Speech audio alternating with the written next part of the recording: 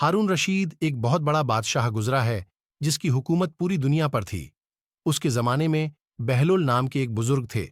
वो अल्लाह के बहुत बड़े वली थे, इसीलिए हारून रशीद उनका बहुत एहतराम किया करता था।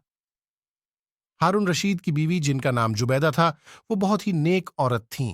जुबैदा ने अपने महल में ऐसी 1000 नौकरानियां रखी हुई थीं जो कुरान की हाफिजा थी और कुरान की तिलावत के लिए उन सब की ड्यूटी अलग अलग शिफ्टों में लगी हुई थी, जिसका नतीजा ये होता था कि महल में 24 घंटे कुरान की तिलावत होती रहती थी और उसका महल कुरान का गुलशन लगता था।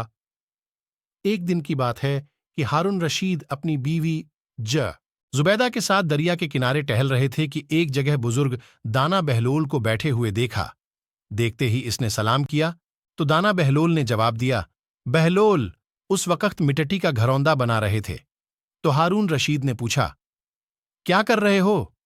बहलोल ने जवाब दिया, रेत में घर बना रहा हूं। हारून रशीद ने पूछा, किसके लिए बना रहे हो? बहलोल ने जवाब दिया, जो इस घर को खरीदेगा, मैं उसके लिए दुआ करूंगा कि अल्लाह ताला उसको जन्नत में घर अता फरमाए। हारून रशीद ने पूछा, इस घर की क्या कीमत है? बहलोल ने जवाब दिया, सिर्फ 1 दीनार। हारून रशीद ने सोचा, ये एक दीवाना है, जाने क्या बड़बड़ा रहा है, इसलिए इस बात पर ध्यान नहीं दिया और वो आगे बढ़ गया। इसके पीछे जुबैदा खातून आईं।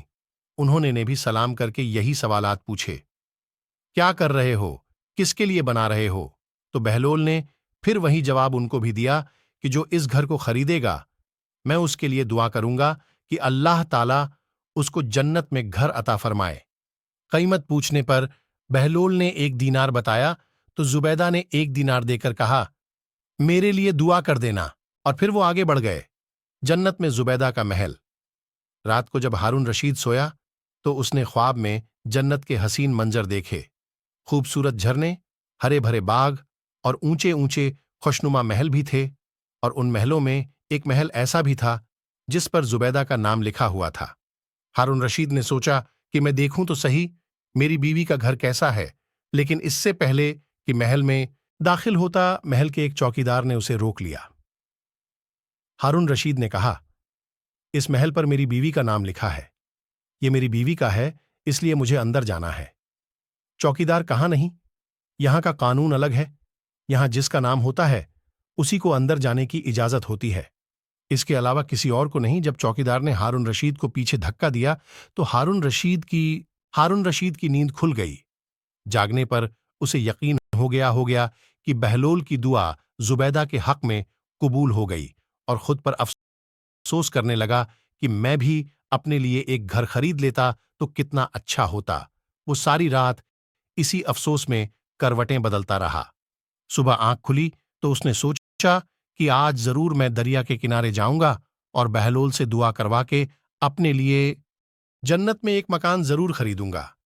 अगले दिन वो दरिया के किनारे बहलोल को तलाश करते हुए इधर उधर देख रहा था कि उसने फिर बहलोल को उसी तरह का मकान बनाते देखा तो करीब जाकर सलाम किया और बहलोल ने जवाब दिया। इसके बाद फिर वही सवालात शुरू हो गए। हारून रशीद ने पूछा, क्या कर रहे हो? बहलोल ने जवाब दिया, रेत में घर बना रहा हूं। हारून रशीद ने पूछा, किसके लिए बना रहे हो? बहलोल ने जवाब दिया, जो इस घर को खरीदेगा, मैं इसके लिए दुआ करूंगा कि अल्लाह ताला उसको जन्नत में घर अता फरमाए। हारून रशीद ने पूछा, इस घर की क्या कीमत है? बहलोल ने जवाब दिया, इसकी कीमत पूरी दुनिया की बादशाही है।